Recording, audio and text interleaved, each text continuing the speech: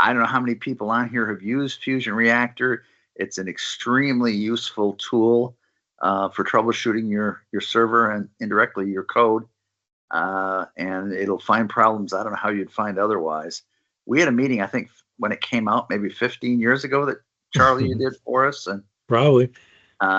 people ask about, well, this is what we want for a meeting, and I thought, it's been enough time. Project probably changed quite a bit, and you're telling me that a lot of features have been added, and some I might not even be aware of. So, Charlie, I don't know if he even needs an introduction. He's been around CF World since almost the beginning, like Randy. That's right, almost. I'm relatively late comer. I started in '99 with CF4, but he is a consultant and speaks at a lot of conferences around the world on cold fusion and the various breeds of Lucee and I don't know if you're doing much with BoxLang yet, but I wouldn't be surprised if you are. Yep. Look on the screen. It says right there. Okay. Yeah, I saw. That's why I saw it. I mentioned it, but okay, take it away, Charlie. I was going to joke when you were making that introduction, saying that I've been around since dinosaurs roamed the earth, but we're the dinosaurs now. We have been using CF for almost 30 years. We're the dinosaurs. So, anyway, good to be with you guys again, as always, and. Yep, you always have a special place in my heart. I enjoyed coming to visit a couple times in the past and seeing you guys on your meetups when I can attend, and I'm glad to be on one now. So you're in the right place if you're here to see the talk, Hidden Gems in FusionReactor. And as it says there, for BoxLang, CF, and Lucee users in alphabetical order. And I'll tell you more about what the talk will be in a moment, but just want to say there's my contact information if you guys want to follow up with any questions or feedback, and I'll repeat it again at the end. And also you can see there the QR code, or just, you guys are sitting at your computers, but in a presentation room, that would be easier for people to click on that. But anyway, so this presentation is already up on the on my site, and that'll take you right to the presentations page. You can download the PDF. All right, let's get going.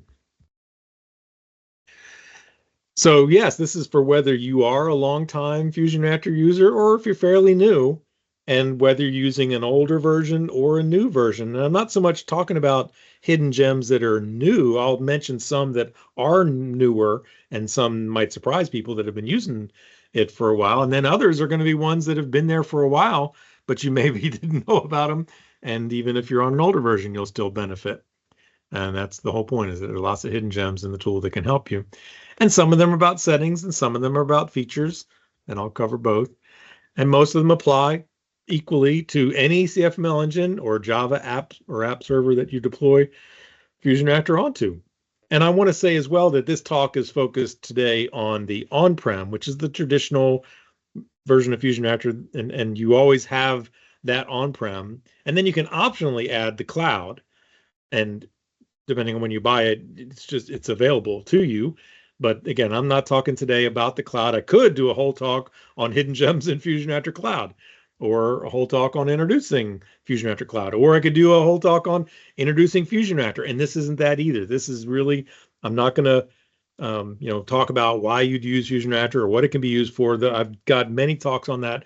And at the end, I'll give you resources. And one of them is a playlist. I've got a YouTube playlist of a dozen FusionReactor videos of different hour-long webinars that I've done over the years. So, and they're still as valuable now, even though the interface might change a little bit from version to version, even something from 5-10 years ago, conceptually and probably even specifically would be just as valuable to watch now. So anyway, again, here are the slides for this talk, arehart.org/presentations, and that QR code will take you there. And so if you want to grab it, you can. You don't need to. You can just watch what we have on screen and know that all of it is there for you to go get later. And I'll jump into some demos, so we'll have the recording for that. But the slides are often helpful when people just want to quickly look at stuff. So what we're going to talk about today. I just want to show a few things that I just love and use every day. One is I call FusionReactor's time machine. Yes, you can see what happened before a restart of CF or a restart of Lucee or a restart of BoxLang or a redeployment of a container or whatever way you're deploying CF or whatever Java thing you're looking at.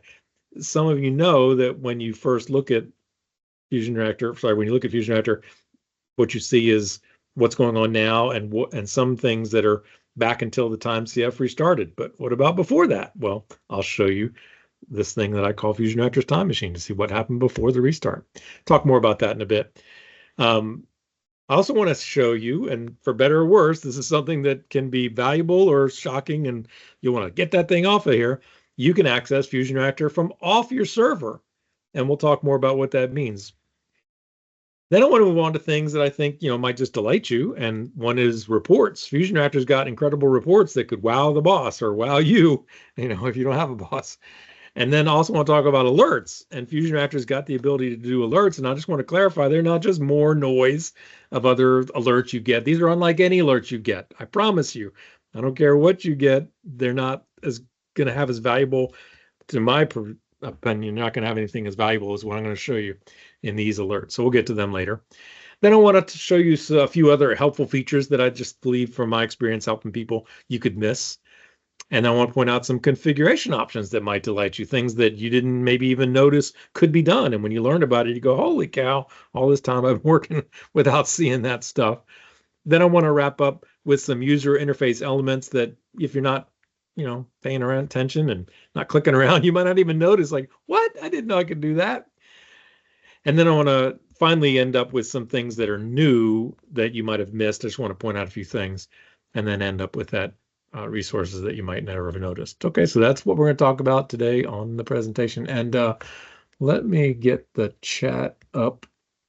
There you go. And then that's it, right? You guys don't have a questions pod, so if anybody says anything, it's going to be in the chat, correct? Correct, yeah. If unless you speak somebody up. asks a question, we'll go and repeat it for you. Yeah, and you can speak up. Sure, absolutely. Feel free to interrupt me anytime if I miss something. Don't mind that at all. Okay, well, let's get going. So quickly, for those who don't know me, I've been writing and speaking about CF since its earliest versions, as we talked about. The last 20 years, I've been focused just on doing CF server troubleshooting. When I CF, I mean, CF, Lucee, and now BoxLang. And I help organizations of all sizes and experience levels using any of those engines and work remotely 99% of the time, safe and secure and easy by a shared desktop, and solve most problems with people in less than an hour. And I teach you as we go because I'm here to help you understand it, not just fix the problem, but work my way out of the job. You don't need me after that call for that problem anymore. And even more weird is I have a satisfaction guarantee. So if I work with you and you don't find it valuable, you don't have to pay for the time.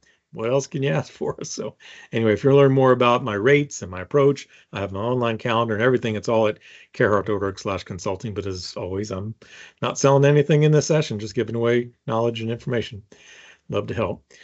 Now, in case I know you guys, none of you need to know this, but we got other people watching the recording. So let me just say this. If this is for people that are using FusionReactor, what if you're not? Well, it is a valuable monitor and troubleshooting solution. And it can be implemented in either CF or Lucee or BoxLang or any Java app or app server. And whether it's running as a service or a process or as a container or by a command box, it doesn't matter. You can use FusionReactor with all these things deployed all those ways. It is a commercial tool, yes. It's got a free 14-day trial. And I'll just say, if you want to find out more, just go visit their website. It's fusion-reactor.com. And I just help people use it almost daily. It's so powerful. I help solve all kinds of problems. And you can use it not only to solve problems, but to watch trends over time and to get these things I'm talking about later of alerts and reports and using the cloud. There's just so much to it. And maybe you do use it daily, but do you know these things? So let's move on and talk about this FusionReactor time machine as I talked about. It's called the Archive Metrics feature. Archived metrics. And you could miss it because it's hidden under a menu. I'll show you that in a moment. And it came out a long time ago, FusionReactor 7.2 in 2018. And yet I still work with people all the time and they go, what? I didn't know this was there. And I'll talk about what it does in a moment. But it's under this metrics button as archive metrics or under the logging button as archive viewer. And if you want to go check it out on your own computers, feel free. But I'll show a demo in just a moment. The point is it shows metrics and graphs and cool stuff from previous hours. And the point is even previous hours that are before one or more restarts you've had. In fact, by default, it keeps the information for 30 days. 30 days. Now, what it really is a viewer of FusionReactor's tremendous logs. So it's really a log viewer, and you might go, well, that's not impressive. No, it graphs the logs, and it organizes the things into multiple pages. Again, when I show you the demo in a moment, you'll see. I'm just saying that technically under the covers, it's reading these FusionReactor logs. These logs are kept for 30 days, and even over a restart, the logs are still there. So the logs are also quite significant. They have dozens of metrics that are written either every 5 seconds or on every request, and so much more. So let's go ahead and take a quick look at it. Now, I just happen to be looking right now at my local machine. Let me go ahead for this particular demo. I think it'd be more valuable to look at my production environment. So here, if you use FusionReactor, under the metrics, there's web metrics, which is what most people would go to. That's this page. And then there's archive metrics. And when you go to archive metrics, just want to notice a few things if you haven't paid attention to it. First of all, it's just great to know it's there. If you don't know it's there, holy smokes, go explore it. Second, it may look like it's the metrics web metrics page. It's the same kind of graphs presented in a slightly different order, sometimes slightly different colors.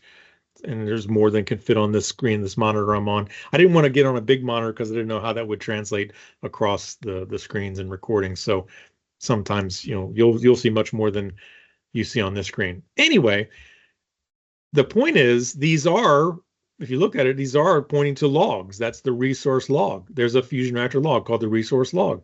And this is graphing that. And you don't have to really pay attention to that. If you're just looking at the stuff, you can look at the graphs. And these logs by default in FusionReactor, they're kept every hour on the hour. They're rotated every hour on the hour. They're also rotated if ever you restart CF. So if you look up here in the top left corner, I've got a time picker, which I can look at any prior hour, and I can look at this date picker and pick any prior day, and it'll let me go back further than the logs are available. But like if I go back to March 3rd, I don't have any that day. But if I go to like March 8th, and I can also go forward.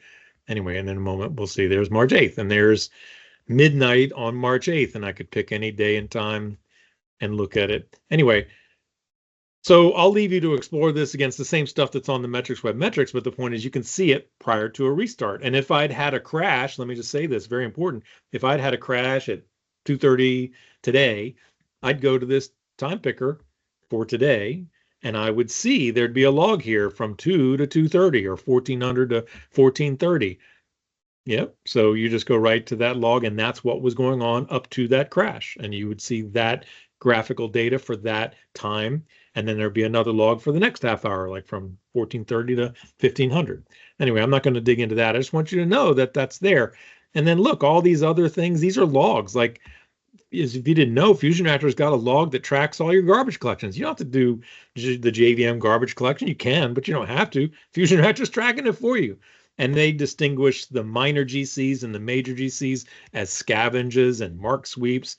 And mark sweeps, the major GCs tend to not happen very often. And the scavenges tend to happen pretty much all the time and generally very fast. And here's how often they're happening. Here's how long they're taking. Anyway, I could keep going. This isn't, I've got whole videos on how to troubleshoot memory problems, troubleshoot CPU problems, troubleshoot database problems. So I go into using these things more in those other talks. Here, I just want you to see that, yeah, there's this tremendous level of depth, and I can even see the request log. So FusionReactor tracks every single request, when it starts, when it ends. By the way, all those other ones, those are every 5 seconds, but this is every request, the start and end, and I can see the URL that was called, and there's a line for when it starts and when it ends.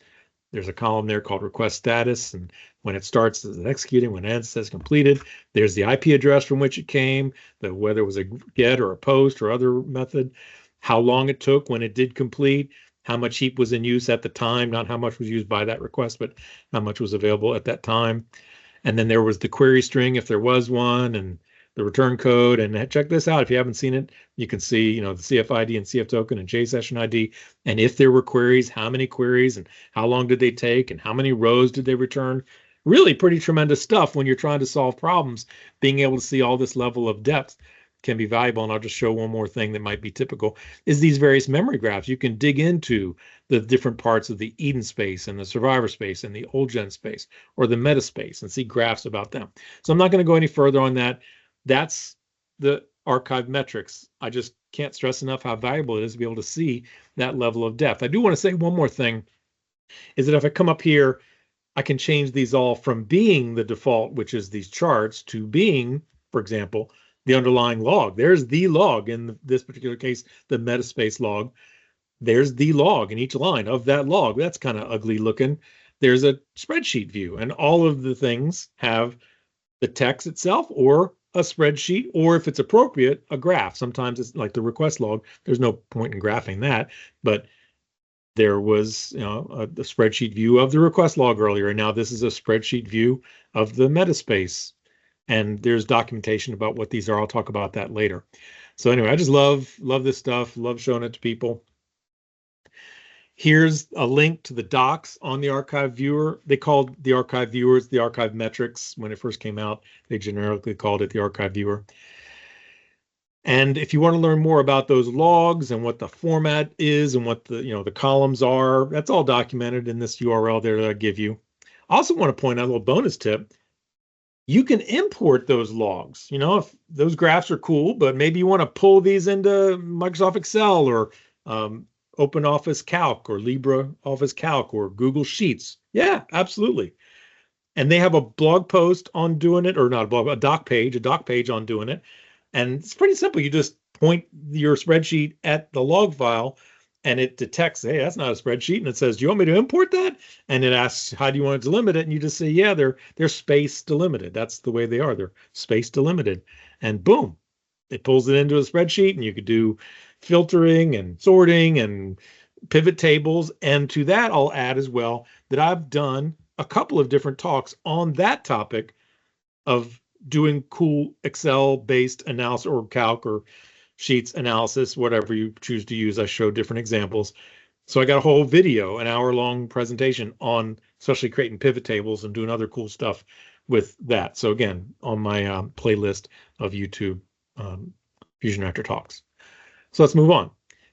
And again, this one might thrill some and piss off others. So let's move on. You can access FusionReactor from off the server. And you might go, that's terrible. It shouldn't happen. Hold that thought. Hold that thought. You can access FusionReactor from off your server if you know the special URL. And it's documented, but who reads the docs, right? If you put in your domain name or your IP address and in a ColdFusion server, ColdFusion, Lucee, BoxLang, if you say /FusionReactor.cfm/findex.htm. If you do that, you should find that up will pop the FusionReactor login screen. And you do have to log in. It's not like it opens it up to anybody, but somebody might go, yeah, but it's just a login. So you might say, I don't want that. Hold that thought. We'll talk about turning it off in a moment and how it's even off by default starting in 2025. But before I get to that, let me show you this in action.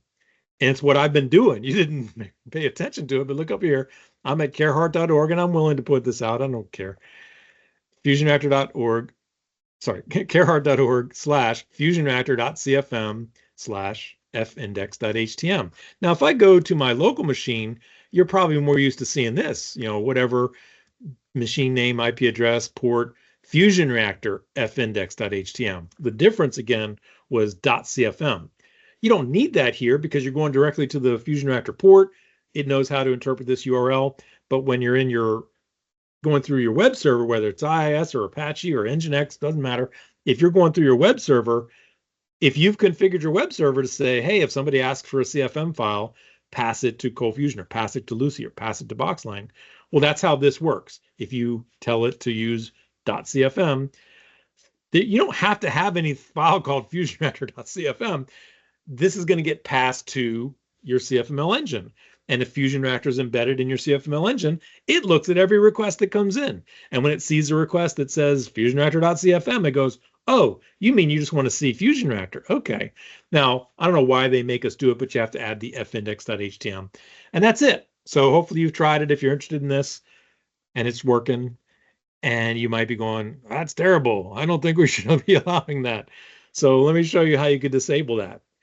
There is a menu in FusionReactor called the FusionReactor menu. I'm going to talk about this a couple times, so let me make this point crystal clear. Right, I'm in my FusionReactor interface. There's all these menus.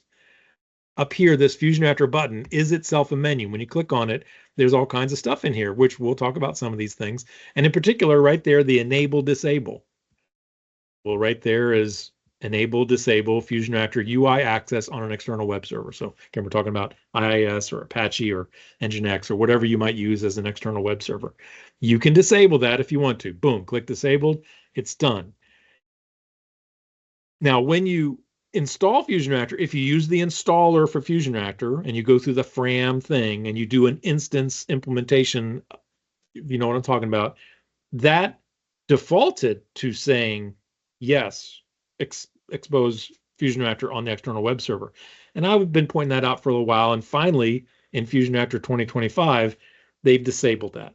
So that prompt still is there, but it's false by default. And I haven't thought about this, but if you do a manual deployment, and for those who know about FusionReactor, there's an automated deployment through an installer, and then there's a manual deployment where you drop in the jar into a particular folder and you configure your JVM arguments for your CF or Lucee or BoxLang. I'm just going to say, I believe they also make that be default off now by default. And if you want to enable it, you would just go to that enable disable feature and enable it. Okay, so good. Good news is it's more secure by default in FusionReactor 2025. You can make it be more secure, or you can open it up if you want to. And being as the web server request, if you want to, you can go into your web server and add all kinds of additional security to requests to that thing if you want to, but that's beyond the scope of this talk to get into. So I'm going to go ahead and move on now. All right, so next, reports to wow the boss. Who use FusionReactor, do you get the daily and weekly and monthly reports from your FusionReactor? You can, and I would argue you should, and I think you'll be intrigued. They provide several key metrics about how processing went with your requests. So that should say within your instance. I'll correct that typo later. Within your instance, you'd see, how much CPU was used, how much memory was used, how many requests were run, what was their average response time, how many queries were run, what was their average duration, right? That's all cool stuff. And then the weekly reports, of course, they aggregate what happened during the days of that week, but they also do more than that. They show some additional metrics that aren't even in the daily reports, and same with the monthly reports. They aggregate each month, each week of the month, and then they add some extra stuff as well. So let's just take a quick look. I've got some already opened up here. So this is a daily report. So this is, again, from my server, and I don't mind sharing this now. I just noticed that the way Outlook's working, I'm only seeing this little half window. But anyway, let me just say, so this is the daily report for a particular day. And look, it says my uptime. Now that's the CF instance or Lucee or BoxLang. That's your instance that's being monitored, whatever it is being monitored. How long has it been up that day? How long was it down that day? How many outages were there? And then on the bottom in the middle there is how many requests. And this, myarehart.org doesn't get that much traffic, 8,000 requests that day. And then how many were sessions? So I have some parts of my site that entail sessions, not all parts of my site. So there were 60 sessions over the 8,000 requests, and they do the math and say that equated to 131 requests per session for those who care about that. And then how many errors did I have? How many 500 errors? How many 404s? What was the average response time of my CF request? This has nothing to do with your web server traffic of GIFs and JPEGs and JS and CSS. No, this is just your CF or your Lucee or your BoxLang, the request that they got, which should just be, CFM, CFCs, other things that are directed to that. How long did they respond on average? And then for the queries that were run, the JDBC, they call it, how fast were they? In 1.6 milliseconds, I'll take that. What was the average heap size? It says mem, but it's the heap. What was the average CPU of the CF instance over that time? And then it's funny, I'm looking at this and going, I don't think I recognize this. What was 0 JDBC request mean? I don't know what that means. And in fact, let me just take a moment to say, yes, these last three things, you won't see these on your reports. You can modify these reports. I don't know if I pointed that out because it's a bit quirky here, as we can see. In fact, they're all currently showing 0. So I kind of feel like maybe that feature is not quite working like it was. It's never really been well documented, but you should be able to, and it did at one time allow you to add other metrics to the report. Don't worry about them for now. You have all the ones above. Let's keep going. Then how long has it been up, right? In my case, it's been up for 11 days, 2 hours. And that's, of course, wonderful. You want to see it be for a long time and be in a Windows environment. It's going to have a Windows update, usually monthly. So it's rare that it'll be more than 30 days. But, I help a lot of people who their CFs are going down, or Lucee, it doesn't matter. They're going down unexpectedly very often. And sometimes seeing this report is very eye-opening. They go, wait, what? We've had many restarts and we've only been up for 4 hours. So yeah, this is good just to see that FusionReactor is keeping track of it and reporting it in the reports. And then there's the breakdown of status codes and not only the counts, but the runtime and the percent of requests. So moving on, that's the daily report. Here's the weekly report. Yep. Now this weekly report, this is for last week, so it's not that day. That was from a recent day. But there you go, uptime, downtime, outages, sessions, web requests, same sort of stuff, just aggregated for the week. And then check this out down at the bottom. They do a graph by default of your average runtime on the left in milliseconds against your average throughput in terms of requests per day, I guess. Now that I look at that, that looks like that's requests per day, right? And, you can kind of see how your server's been doing. And then these aggregated uptime details and stuff like that. All right. And then finally, the monthly report. There you go. And this is for the previous month. Again, good to see 100% uptime. And this was for March. So it doesn't, we'll see at the bottom what it entails and includes. There you go. That. And so it's the same sort of thing, runtime against throughput. And then there's this additional breakdown of requests by day of week. That might be of interest to some people. Where's your busy days of the week? And then a breakdown of status codes. And then check this out, a breakdown per day, right? Well, that might be of interest to some people to see where is the traffic like and where's the responsiveness like. Maybe there's a difference in the average response time, even though the requests are what you expect, or the JDBCs are different on some days. Anyway, I'll leave you to explore all that. And then there's the uptime details. I am a little surprised now that I see this. If this was supposed to be the whole month of March, then I should see the whole month of March reflected. I almost feel like somehow this stuff got reset. I can't imagine why it would have been. There's nothing I know of. Let me say, updates of FusionReactor doesn't reset it. Nothing I can think of would reset this. So I'll leave that for you to explore yours. And if you have any questions, take it up with them. But I've been looking at these reports for a long time, and I find them very, very, very helpful.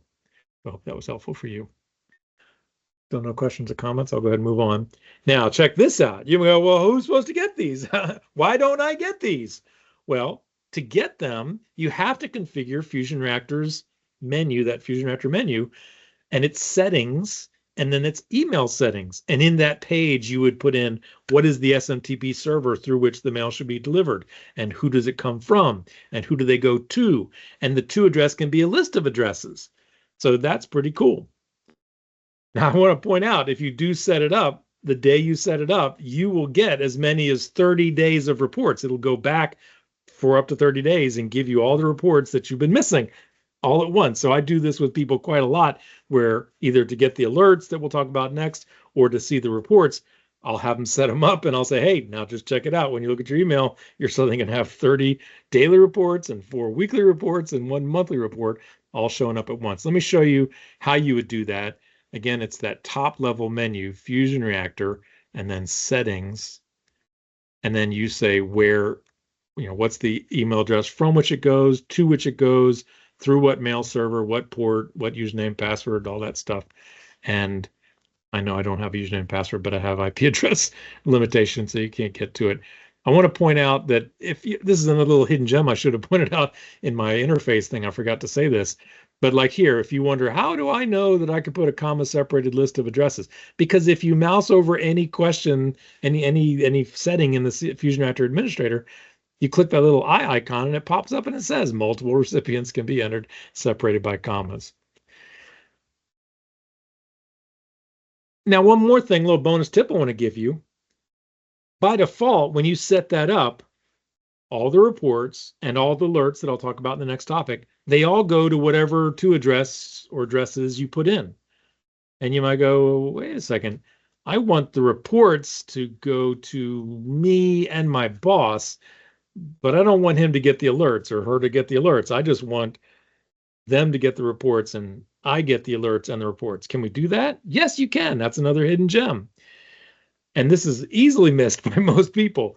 You go into FusionReactor, into the plugins page and active plugins. Let me do that with you guys, because you may have never been there before.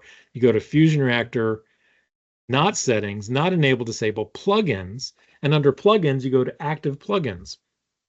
And there's a bunch of these listed, about 15, 20. Don't worry about all of them. You can explore them later. But if you just do a find in your browser for report, there's FusionReactor reports. And in the FusionReactor reports plugin, pardon that, just meant to highlight just that one line. In the FusionReactor reports, if you look to the right, there's a log file, and a lot of these have log files. And then there's a configuration feature. So on the reports button level, I'm clicking on configuration. And, you know, these are interesting. You can explore these later. Targets, interesting. Custom metrics I was telling you about. And I'd added these custom metrics. Anyway, moving on. This, if you want somebody else to get, for example, the daily report, you can add their to address or a comma separated list here. And it's been a while. I hadn't thought about this. I believe whatever you put in here overrides what was at the top level. So if you and a colleague want to get it, you'd add you for the alerts at the top level, and then I believe you'd add you and the colleague here at this recipient's level. And you can separate who gets the weekly reports and who gets the monthly reports. You can even enable and disable those reports if you want to. The bigger point is if you don't configure the who gets them, they're being generated, but nobody's getting them. So you can definitely configure to get them. Okay, still see no comments. So that's it. There's, you know, again, if you forget, you can come back and get the PDF and I'll walk you through the steps like this right here. All right, now what about these alerts? I tell some people about these alerts. Sometimes they're excited when they see them. Sometimes they go, I don't need any more alerts. I get plenty of alerts. We've got a thing that sends a request to our CF instance and it'll tell us if it's ever down. I don't need anything else telling me. Well, timeout. That's not what we're talking about. This is not an up or down alert. More importantly, that up or down alert, say it's a down alert, that's only going to tell you when it is down. It's not going to tell you the gas is building up in the coal mine. These alerts are like the canary in the coal mine, telling you a problem is happening before it gets so bad that a monitor from the outside detects that the instance isn't responding, or your clients and colleagues are calling up and saying, hey, the instance is down. These alerts tell you things are gonna happen before they happen.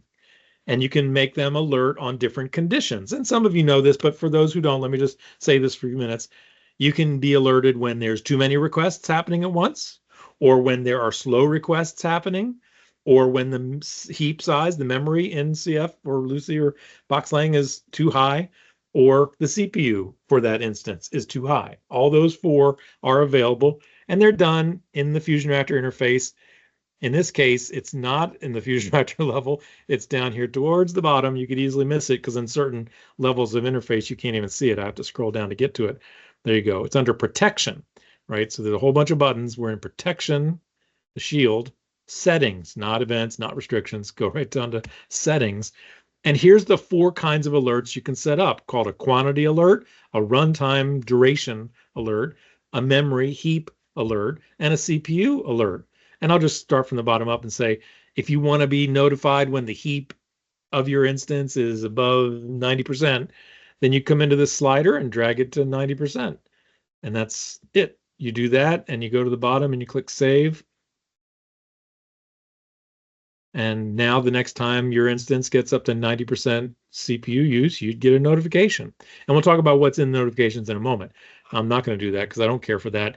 Because I'll argue there's only one kind of alert I want to get, and I'll explain why in a moment. But let's go to the other one, is a memory or heap alert. And you can say, tell me when it reaches a certain percentage. Now, one thing about this, I want to really kind of lean away from it. I'm not a fan of this, but it's been there for years. By default, if you scroll down this box, it's also going to do garbage collection automatically when that condition arises. And somebody might go, that's cool. Well, but if it's kind of 75%, let's say, and hit 75 and it GCs, well, a minute later, these things by default can fire every minute. A minute later, you'll get another one, not only another alert, but it'll do another GC. Now, it does say what's the minimum interval between doing GCs, and you could raise that. My point is, you can disable it too. I'm just not a fan of this alert because to me, it'd be the boy that cries wolf, telling you the heap is high. And that may not be a problem because the JVM might come along and do a garbage collection and now the memory falls down. So I'm not a fan of heap alerts because I'll argue if there's a problem, it's going to reflect in a different way. And we'll get to that in just a second. CPU might go up. We saw that. I'm not terribly averse to that one, but this one I really am not a fan of. Then there's this runtime alert, and that is tell me when any requests exceed a given duration in seconds. Tell me when any request takes more than 100 seconds. Okay, somebody might think that's cool, but then you might get a scheduled task that runs long or some user's request runs long and you're getting notified left and right of these requests. I'm not a fan because one request running long to me is not that big a deal. So again, I'm not a big fan of that alert. I prefer finally this one, the request quantity alert. That's my favorite. I've been using it for years. And what's the right number? So it's a number at which once that many requests are running at one time, what is the number at which when that many are running at that one time, you'd want to get notified about that? Well, I've looked at a lot of people's servers and believe it or not, it's not typical that when things are going well, they're running more than a couple dozen at the same time. Now, some people's servers are really busy and they might run 20 or 30 or 50 or 100 requests at the same time, literally identically at the same milliseconds. It's possible. So you tweak this to your suitable number. But I'll tell you how I would help people. I do this all the time. I'd say, let's go to web metrics. And this is a reflection of how many requests are running. Now, my server's very lightly loaded at night like this, but there's two numbers here. Active is how many are running. Completed is how many per second have completed. And you could look at this graph and you may know, and we'll talk about some of these things later, you can go to the whole hour. And if you saw in a whole hour that the light green number here was averaging, 15, well, then you wouldn't want to set your limit at 20 because you could momentarily get to 20 if it's 15 all the time. So maybe you'd make yours 30. My point is you could look at this and go, well, what is the light green number? I don't have much to see, but if you had a light green number, it was hovering around 5 or 10, then I'd say, yeah, make it 20. If more than 20 are running, that's the canary in the coal mine telling you, hey, there might be gas building up. And this next number is not how long should they be. None of these are about how long should they be running. The first one is how many are running at the same time. And the second is, well, don't just tell me as soon as there's 20 running. Tell me when for 20 seconds there have been 20 running or whatever numbers you pick. It's a duration over which if that number in the first thing has been exceeded throughout that duration, then you get an alert. Now, I haven't talked about this, but let me talk about it now. By default, you get an email, and I'll show you an email in a moment, and I'll tell you why the email is more valuable than the alert from the outside. But you can already see this is seeing what's going on inside of CF. You don't get that from something on the outside. Now, you might say, yeah, but we've got Zabbix, or we use New Relic or Datadog, whatever. You could have tools on the inside that might be watching some of these metrics. Okay, got it. But first of all, you could get notified by email. You could start queuing requests. Once this condition was reached, you could say, hey, let's stop letting in more traffic. That's queuing, meaning hold them up until there's an available slot. Or you can reject them and you can say, no, the store's closed. Go away. Be gone. Leave me alone. I'm not a fan of either of those myself, but there's been rare occasions where that's been helpful to some people. The feature's there. As y'all may know, ColdFusion by default does such request queuing. It's called maximum simultaneous requests. The default is like 50. And I believe Lucee 7 is adding something, or it might have been 6 is adding something like that. But traditionally, Lucee didn't have such a limit, so that might have been beneficial for them to start queuing once a certain level is reached. But I'm saying ColdFusion already has a built-in maximum simultaneous requests. So again, I'm setting this to a value below that to be told when it's starting to be concerning that there's that many running at once and for this amount of time. Send me an email. That's what I would do. I'm a big fan of that. And we saw you can just get the email or you can queue or reject. And the alert email, check this out, includes lots of detail on what requests are running and the details about them, and a stack trace of each running request or all JVM threads. By default, it does all JVM threads. Let me go ahead and show you one. And again, some of you are like yawning because you've seen these for years, but we're talking to people who maybe have never seen them before, and it's a hidden gem to them.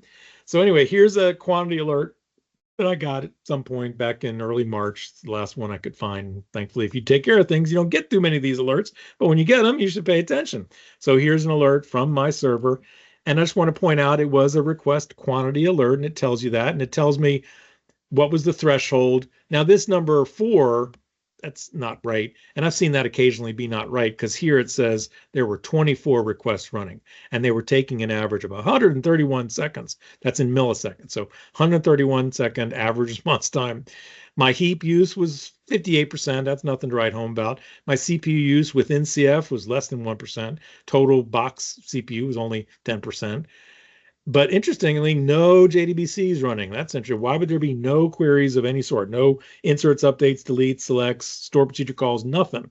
That's a clue. I mean, I tell people all the time, I'm using this information to say, hey, why did your server have a problem?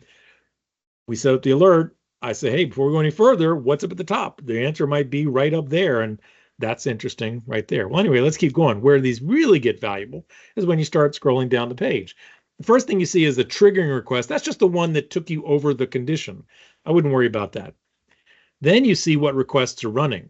And it should say requests, but they haven't changed that in years. I've been pointing out. Running requests, these are all the requests that were running at the time the alert fired. So here's when it started. Here's the IP address from which it came. In this case, it's an IPv6 address. Here's a unique ID that every request that FusionReactor runs, it gives a unique ID. It's always incrementing from 1 to then whatever number you're at. The thread ID inside of the JVM, usually not that important. We'll come back to that in a second. Then what's the URL that's being called? So there's the full URL and what they're calling.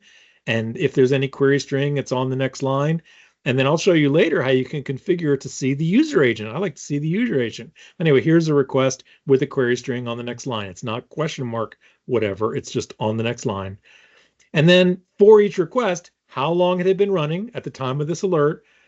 Had it done any database time? If so, how long had it spent? Had it done any what they call API time? I'll say to us CF people, that's CF HTTP. If you call out of CF via CF HTTP, that's tracked as what they call API time. And then the memory is how much memory they say has been allocated in that request. I'm not a big fan of that. It can be sometimes either crazy low or crazy high. It's usually not as important as some people would think. But anyway, so just at a minimum, being able to look at this alert, think about this. This might be you come in the morning and the server went down overnight and you're trying to figure out what the heck happened. Well, you look at this and you go, well, let's see what requests we're running. There's the URL. And is it the same URL over and over? Maybe. Is it from the same IP address? Maybe. Is it a particular user agent? There's Bing or other. That's a weird looking one, right? That doesn't look like a real user agent. A real user agent, for those who know, they usually are much longer than that. So that looks like somebody faked that user agent. I use a fresh ping to watch my server from the outside. That was him making a request. Why'd he take 88 seconds? Well, let me just, before I go any further, this is not a talk on how to interpret these alerts or how to troubleshoot this problem. I've done, again, entire webinars on troubleshooting different problems. I've got a whole video on YouTube that's just how to interpret these alerts. So I'll leave you to explore that more on your own. But here I could see all the requests that were running. And then 99%, or let's say 95% of this email, if you look at the scroll bar on the right, is below me. We're at the tip of the iceberg. What's all below me? Well, what's below me is all the threads that were running in the JVM. And each one of these requests was running on a thread, like right here. This request was running on a thread. And again, I show you in the video with more detail, but let me just show you right now. If I copy that to the clipboard, and I happen to be in Outlook, so don't do Control F, that'll forward it. But I've hit F4, F4 does a find, and I'm going to paste in that particular thread ID that was running for 55 seconds. And I'm going to say, well, show me that thread. So here, way down, now I'm down to like the 90th percentile of my email here. What was that thread doing? Don't worry so much about this stuff. That's not important. Definitely don't worry about this stuff. This is all the time since CF has come up. Don't worry about the CPU and the waiting and blah. It doesn't matter. This right here is what matters. Whatever this stuff says. This is a stack trace. Now, this particular request, I'll just say, happens to reflect that it's being queued by ColdFusion. So interestingly, that particular request I was looking at was being queued. So that's not why it was slow. FusionReactor is reflecting the time since it came in, and it's being queued. It's being queued because some other ones are running, and I'm talking about ColdFusion's queuing leads to this. So there's some other request that is running that's doing something else. And I'll just scroll down the page, and how about that? The very next one I happen to hit is doing a dump of the threads. Well, that's the one that triggered the alert, so I wouldn't get excited about that. But I'll just go paging up and looking at any other. And just real quick, I don't want to spend a lot of time on this, but I'll just page. There you go. This looks like it's doing something interesting. So this guy was an AJP thread. That's the type of thread that gets created for a request that comes from a web server through the ColdFusion web server connector or through the bond code connector in Lucee. It would be an AJP thread. Again, let's not worry about those details right now. But it says, hey, that request at the time this alert fired, here's what it was doing. All this stuff from here down, here's what it was doing. And I can look at this, and I'm really quick at it, and I show you in the video how to figure this out. It was doing a query tag. This particular request, at the moment that alert fired, was running this line of code, literally this line of code in that file, and it was running this query tag.doEnd tag, meaning that line of code, 1027, was either the closing CF query tag or was within a CF query tag. That doesn't mean move on to the next thing. No, no, no. That means go execute that query. And the next thing said, go execute that query, execute that query, execute that query. And these are just the Java methods under the covers in the JDBC driver that ultimately pass the request through TCP/IP to the database server. And now this CF instance is waiting for a response. So that's kind of interesting because I don't believe it showed that it was running a query, but I want to just real quickly show you in case for those who understand what I'm saying and go watch the video to learn more. I'm going to take that thread ID and go, hey, what request was that? Because we weren't looking at that. And now we're going to go back up to the top. There you go. And there's the request. Okay. And that one did happen to be running a query. So he was 90 seconds into his life. He had run 400 milliseconds of queries. And when we caught him, he was running this query. He was literally running that query. And yeah, FusionReactor tells you in the alert what requests are running. And if they're running a query, what SQL statement they're running. Really valuable stuff. Again, I could do a whole talk on this. That's not the point of this presentation, but they are so valuable. I wanted to make sure you guys understood that they are incredible hidden gem if you don't know about them. And then lastly, I'll say for those who did already know about them, if you're using FusionReactor with FusionReactor Cloud, notice that there's even more conditions you can set in FusionReactor Cloud. Far more conditions, like 70 different conditions. You could trigger an alert on garbage collections happening. You name it. There's just like so many, but this is not about FusionReactor Cloud. So let's move on. Other helpful features you could miss. Hopefully you've seen that there's both what requests have run, that's the history, what requests have been slow recently, that's the slow request, and then what have been the longest running request since ColdFusion came up, or Lucee or BoxLang. That's what those are about. And with each of them, you can see many details. We looked at some already a moment ago, and you could see what queries are running. I'll take a quick look at my requests, slow requests. Here's requests, slow requests. I don't have any. I gotta pick a, let's say request, longest request. The difference is there will be some here. None of them is very slow. Again, I've done a good job making things go fast, but the slowest request I've had in the last 11 days took 2.4 seconds. None of it was DB time, and it was a task status check for scheduled task page, whatever, I'm catching everything. And so that's the details. And then if you click into a given request, you can see what queries were run, if any. There were none run in that request, and other stuff. So again, this isn't the talk to get into all that. Those aren't hidden gems. That's the fundamental use of FusionReactor. I have a getting started with FusionReactor is the 4th talk in my current playlist, or first. It might be the first. I think it's the first. Yeah, I ordered it. So, no, the last one, it was a 4-part series, and the most recent is at the top. So it was part 1 was an introduction. Part 2 was why requests slow. Part 3 was like other reasons requests could be slow, and I forget what part 4 is. Anyway, I'll leave you to find those later on your own. You can check this out. You can see HTTP calls within a CF page out to somewhere else. Yes, you can see that. Now, I didn't think to create a quick URL to demonstrate it, but I'll just give me a moment to show you something. I'll explain it in a moment and how I got there. There you go. New relation, go to masters. Don't worry about what I'm saying. Ignore the man behind the screen right now. So this particular request, oh, it's a thread. That's going to be kind of confusing. Well, assuming this was a request, let me just say, assuming that was a URL right there, if you go to relations, you see within that request what CF HTTP calls were made, which are under the covers technically HTTP client calls. And as you scroll down the page, you see how long they took and how many there were. And if you keep going down, you actually see the URL. So I'll just tell you that I've got on my server a call out to something called dark visitors. If you go check it out, read it on your own, darkvisitors.com. And I pass to them my requests, and they are keeping track of them and giving me some reports about spiders and bots and crap like that. So anyway, I'm just saying this could have been a CF page that was doing a CF HTTP to some other server. Yes, you can see the call out from your CF page to that other URL. That's what the relations are about. And then if you have any requests that take in JSON or send out JSON, you can see that as well. Again, I don't really have any examples I can think of that will demonstrate this. But if I did, there would be, let me just do a quick find on JSON. Yeah, I don't have any. There would be a new link here called JSON, and I could see a tab in the details about the JSON that came in or the JSON that went out.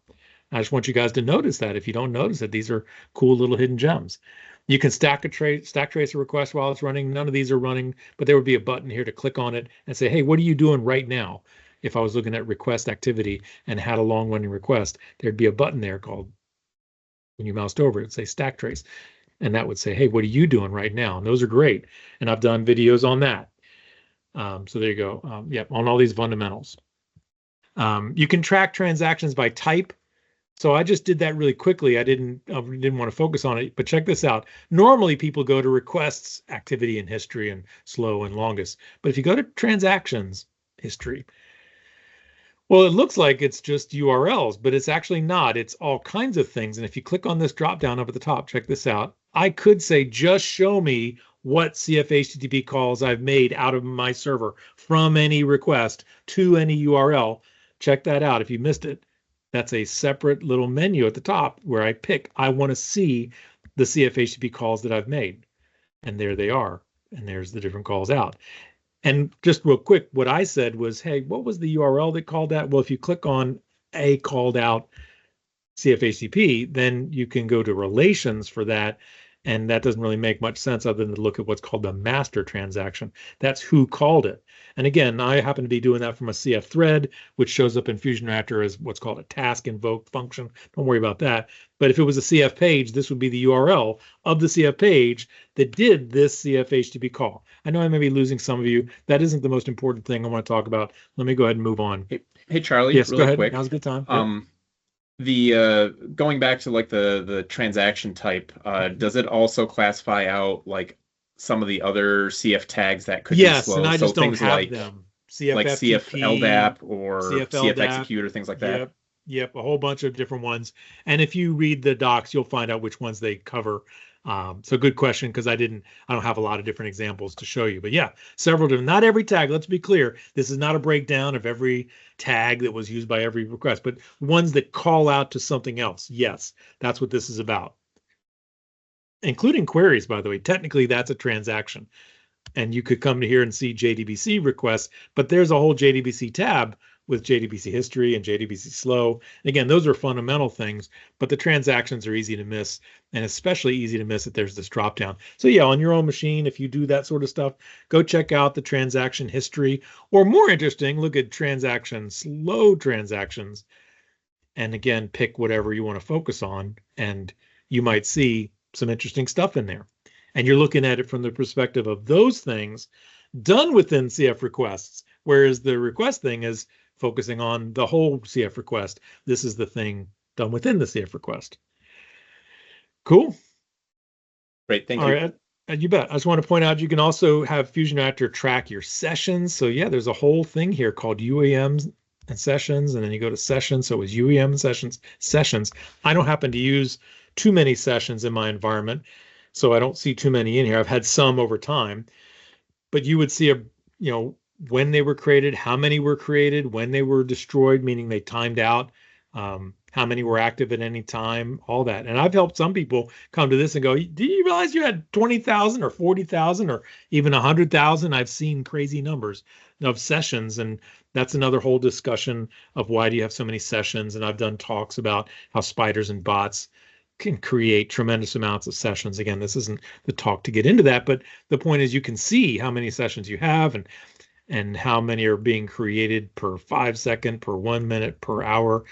And you can add, they detect application names. And if you click the little track button, it gets added up here. And now you see the breakdown per 5 second, per 1 minute, per hour for that application. Like this guy has had 589, whatever Canvas wiki is used in some part of my website. And there's the breakdown for that application. That's what that does. Anyway, let's move on. There's a button under requests, back up to the top, requests, applications. You may have never thought to click this button, but check it out. It's got these graphs, which are kind of neat, and I'll let you discover what those are, and there's a little extra report. But you could totally miss this. Check it out. You can pick which application you want to look at and over what time interval. Now, sadly, they only have these very limited time intervals of a minute, 10 minutes, 30 minutes, an hour, and since start, big jump. But anyway, I'm just trying to stress that there's all kinds of cool hidden stuff. If you click on the buttons at the left and then click on the buttons at the top, you'll discover some things that might surprise and delight you. And then sources, that was under transactions. Where was sources? I don't even remember. Sources. I don't use it that often. There's also, I should have pointed out, there's databases. You can get a breakdown of things by databases. So again, I'll leave you to explore that stuff. Let me move on. CPU sampler, I just want to point out, if you're ever having CPU trouble on your instance of CF or Lucee or BoxLang, and you cannot figure out where the CPU is coming from, you might even say, there's not even any requests running. Why are we having 20%, 50% CPU? What the heck? Well, you come into here and you go to Profiler, Profiler CPU Sampler. Check that out, Profiler CPU Sampler. And usually instantly, this is a list of all the threads in your environment. That's hundreds of threads. It came up that quick. These are all the threads that are running, and it's refreshing by default every second and telling you which thread in the JVM is using the most memory. Now, in my case, this server is very lightly loaded. Mostly it's FusionReactor watching what's going on because there's nothing else going on. Don't take that the wrong way. FusionReactor is usually not a significant, it is not a significant contributor. They've done tests with billions of requests. It's less than 1% overhead. Don't interpret that this is meaning, oh, FusionReactor is a lot of overhead. No, it's not. There's nothing else going on. It's virtually nothing else going on. That's all this means. In your environment, on your application, this might look very different, and it's sorted by default by thread CPU time. So I'm just saying you might come in here and find something's very different. And there's the ability to show deltas and snapshots, and there's docs and all this stuff. I'll leave you to look into that. Again, I don't have time to show all these details of everything. I do want to say lastly about those logs. If you want to see the logs themselves, first of all, yes, you can go to the archive metrics. I showed you how to do it that way. But another thing you can do is go to logging, log archives, logging, log archives. And now you see an even older interface that has existed for a while. And this is each hour's log and the zip in which they're stored. They're stored in zip files. The archive viewer unzips them and displays them instantly. You don't even see it happening. But if you wanted to download that zip, there's a button over here. Or actually, no, you just click on this and that'll download it. So I'll leave you to explore this. That's how to see the previous, and even days. Again, there's that state picker. I could go back to 3 weeks ago and pick one of these logs from 3 weeks ago. But I want you to see another little hidden gem. Maybe you want to know what's going on right now in one of the FusionReactor logs right now. And for that, you go to FusionReactor logs. And this is one of the very oldest interfaces, really old. And it hasn't changed in probably 15 years. And it's looking at whatever log you want to look at. So if I wanted to look at the request log, I could scroll down and pick the request log. And now I'm seeing up to 128K by default. They don't want to blow up your browser, so they limit it to the most recent 128K worth of logs data in this log file. And if I go to the bottom, that's what just happened a moment ago at 1911. I'm on Central Time. Yep. So, and my server's on Central Time. But there's the very detail that we saw in that other display, and it's coming from Bing. You know, Bing and Google and Baidu and Yandex are always banging on your server, and you can click a button and tail it. So you could sit here watching your requests coming in. I'm not saying that's terribly exciting, but some people don't even know that they could do that. And it's all the FusionReactor logs. You pick what log you want. So pretty cool. Lastly, if you ever wondered what FusionReactor version you're on, thankfully in recent versions, when there's an update, they'll tell you right up here. But if you're on a slightly older version that didn't tell you that, you might wonder, well, what am I on and how far behind am I? And for that, you go to FusionReactor About, down at the bottom, About. Or as your folks north of you say, About. But anyway, if you scroll down this page, it's kind of, I don't know why they make it so tiny. It's in gray and it's in small letters and it's down at the bottom, but I'm running FusionReactor 2025.1.0, 2025.1. And that's how you see what version you're running. But if you're on anything from the past 2-3 major releases, think about FusionReactor 10, they started telling you, hey, there's a new version, come get it. All right, still no comments or questions. I'll go ahead and move on.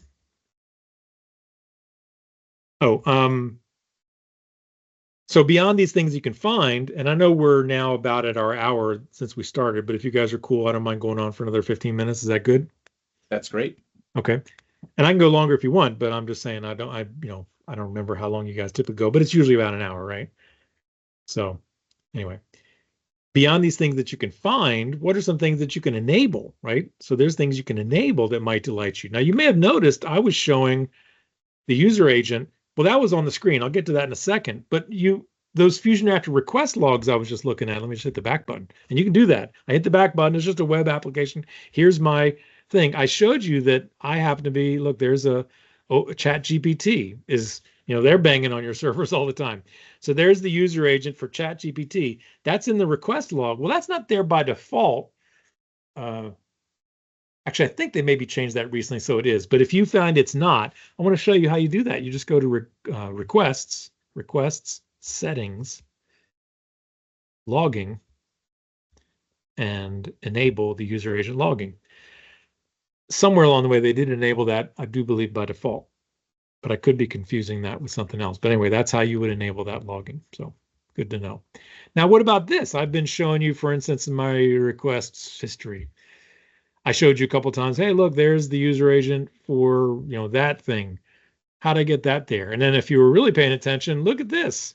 CF IP country, CF IP content, CF IP city. Those who know Cloudflare, that's Cloudflare's headers. Well, I wanted to be able to see those. And yeah, you can tell FusionReactor, I want to see the user agent on this screen when I see every request. I want to see this particular header. How do you do that? You go to requests, settings, and then it's right here. The first thing you're on is called request formatting, and you go to the bottom of that page, and you can add whatever header you want. So I added those headers, user agent, and these Cloudflare things for the country, continent, city, and the array, if you know what that is. So anyway, you might go, well, how would I know what those are? Well, let me show you real quick. Forget about all that stuff I've just told you. If I just drilled into any old request on any old FusionReactor, even the oldest FusionReactor, when you go into the request, here's the details of that particular request. You all will find this in any request you look at. There's a tab called headers. And in the tab called headers, if you scroll down it, most of these are headers that every request to have. And it's your web server passing in headers, or ColdFusion setting some headers, or your browser setting some headers. But as you go down this request headers, you might see that there's the user agent. That's a header. There's these ones from Cloudflare, even the time zone, and CF visitor, if you know what that is. Again, the CF has nothing to do with ColdFusion. It's Cloudflare. You can see their latitude and longitude, and postal code. if those things are discerned by Cloudflare. Let me back up. I happen to have Cloudflare fronting my web server. I know not everybody's a fan of Cloudflare, but if you put Cloudflare as a proxy in front of your server, then the requests from the internet don't come directly to your server. They go to Cloudflare, which does some magic, and then it sends requests usually, and if not, has reasons for blocking them and blah, blah, blah. It's not our focus today. But if it passed the request through, if it let it through, then it sends along these headers. And FusionReactor would show you the headers. By the way, there's other headers that we'll talk about in a bit, like the X forwarded for or X forwarded by. Those headers, there's X forwarded for right there. All kinds of headers are passed in. And if you want to do something with them, well, you can see them in that display, and you can tell it to display them with that setting that I just showed you. And once you do that, these also show up in the alerts. So when we're looking at my alerts, we could see the user agent there. We could see those headers, more particularly those headers could be added there. Actually, now to think about it, the user agent in the alerts is actually configured separately. Sorry, let me just say real quick, under protection settings, email settings, there's an option called show user agent. And that's what used to be off by default and is on by default. That's different. The other user agent thing was in the logs. This is the user agent in the alerts, and that is on by default for the past couple releases. Anyway, that's the user agent only. But if you do those other settings that I showed you, like the other headers beyond user agent, those just show up in the alerts, which is really cool. What about the real IP address, right? So some of you, let me just tell you, I've worked with people all the time. They're looking at this display of FusionReactor request history, and I go, let's look at the IP addresses, and hey, they're all the same. Every IP address is the same. And I go, well, that ain't right, is it? And they go, no, that's our load balancer, or that's our proxy, or whatever. Well, you don't have to put up with that. I know that's what's being passed in, all you get, quote, in Cold Fusion is the IP address of the load balancer, or of Cloudflare. Let me tell you, if you didn't know what I'm telling you now, and you put Cloudflare in front of your server, hey, all the IP addresses are going to be random and jumping around, but they're all from Cloudflare. They're not the real end user's IP address. Well, I just showed you there's a header called X forwarded for, and sometimes it's called X real IP. Again, you can look at your request on your server, look at your headers. What is if there's a header that says this is the real IP address, then you take that header, copy it to the clipboard, and check it out. You go to requests, settings, proxy, request settings proxy, and there's a drop down there. Now the drop down only shows X forwarded for and true client IP, but you might have X real IP, or I had CF connecting IP. This is a total hidden gem. If you didn't know this, you wouldn't think to even try it. You could paste whatever you want or type in whatever you want. It doesn't have to be selected from that drop down. And this actually tells you that, I believe, yeah, or enter an alternative thing. But you don't think to do that. So I've had people say, well, I thought unless it was one of these, we couldn't do that. No, you can put in whatever you want. So that's a really cool feature. Suddenly now you see the real IP address. And again, that's not only in the display, but in the logs and in the alerts. All the real IP addresses get propagated. I want to tell you, if you're on Cold Fusion with the Cold Fusion web server connector, you've probably seen your FusionReactor flooded with requests that look like this CF connector heartbeat in various incarnations, because over the years they've changed what it is for various reasons. Well, you can use a feature in FusionReactor to say, oh, get them out of here. I don't need to see them. I don't want to see them. Please take them away. And you do that under FusionReactor, the top button, restrictions. We didn't talk about that before. And then check it out down here at the bottom.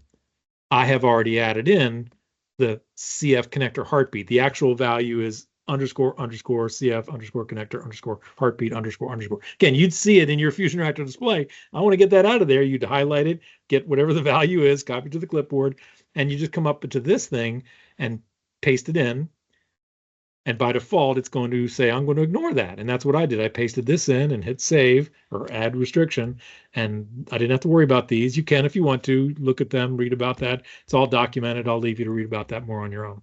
But that's a cool thing to be able to hide those or anything else that you might see coming all the time that you don't want to see. I will warn you to think twice about blocking too much stuff because you don't think you care.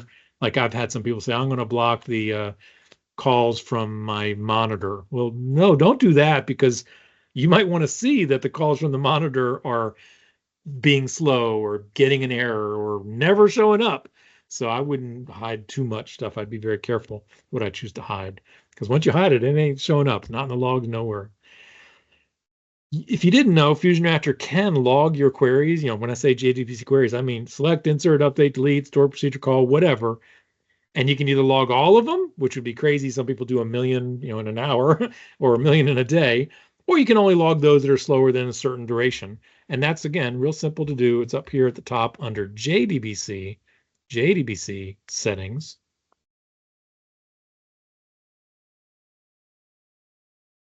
Logging, and it's disabled by default, but I could have enabled it and say, tell me anything that takes longer than 10 seconds. That's 10,000 milliseconds. And instantly, the FusionReactor JDBC log from that point forward would hold lots of detail about the request that made the call, the query that was run, the duration, the number of rows returned, all kinds of cool stuff. So again, I'll leave you to look into that. And it's all documented. But if you don't know this stuff is even there, you wouldn't think to look in the docs. And also, I want to say some of you are running along with this name up in the top right corner, saying something that doesn't make any sense to you, or you have multiple instances and they all say the same thing. You can change what that is, and that shows up in the alerts, and it shows up in the FusionReactor Cloud. So you can change what that is. It's up here in the top left corner under FusionReactor settings. Sorry, FusionReactor settings. Go on, what is it? FusionReactor settings. There you go. And instance name. So FusionReactor settings, instance name. You can make whatever you want. All right, so that's cool. All right, and then I just want to point out a couple of little UI elements you could easily miss when you're looking at things. So I didn't want to say this earlier. I was really tempted when I look at this FusionReactor metrics, web metrics, and I'm looking at these various things. Check this out. Let's say I want to focus on the used memory, and or the allocated. This is the middle button, the allocated button, and I can't see it because the used memory is in the way. Well, if I click on used, it takes it away, and now I'm left with allocated and max. And they're all there. You can see the two that are left. It's taking away the one that I didn't want. Now, an even cooler trick is you don't have to make it go away. You can just highlight the one you want to focus on. So I've just moused over that, and now it's only showing that. It's really hidden the other two behind, or I can go to this and say, I only want to see that, or I can go to this. And so again, it'll make more sense for some graphs than others, but you wouldn't know that unless you played with it and clicked the buttons. So let's say sometimes you could, or let's look at the metrics, archive metrics. That's where this could become really valuable. Like these numbers right here. And same thing, notice how when I moused over this, stuff went away, stuff got highlighted, stuff got highlighted, stuff went away. So yeah, you can do that. And I'm on a small monitor, so I've got to use this to go up and down. And then same thing, if I click on it, it goes away, bring it back. So easy to miss that that's there. There's also links on various things. Like if I go back to the archive metrics, you maybe have never noticed this. I've been helping people for years. This is what's going on in the last minute.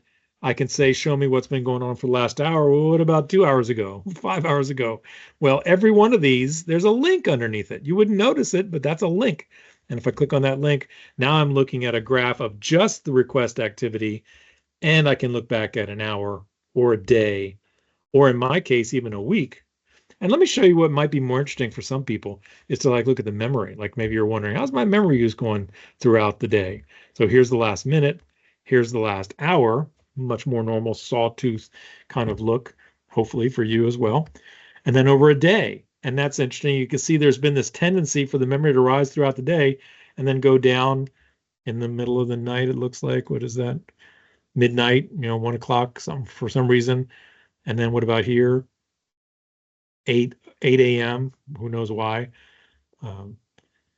15, right? So it's this weird pattern. If we do the math, midnight to 8, it's